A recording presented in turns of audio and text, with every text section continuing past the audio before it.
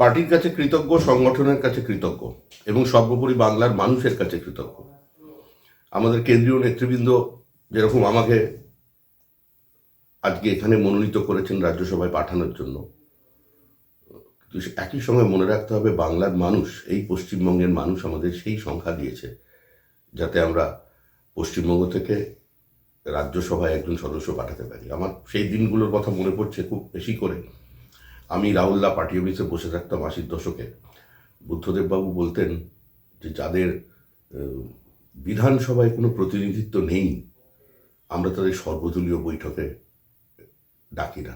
তো রাহুলদার খুব, আর আমার সেই দিনের কথোপকথন, অনেক মানুষই নেই আমাদের মধ্যে আজকে যারা হয়তো আজকে খুশি হতেন যে কলকাতা থেকে আমাদের রাজ্যসভায় আমাদের শক্তিতে কেউ প্রতিনিধিত্ব করতে পারবে।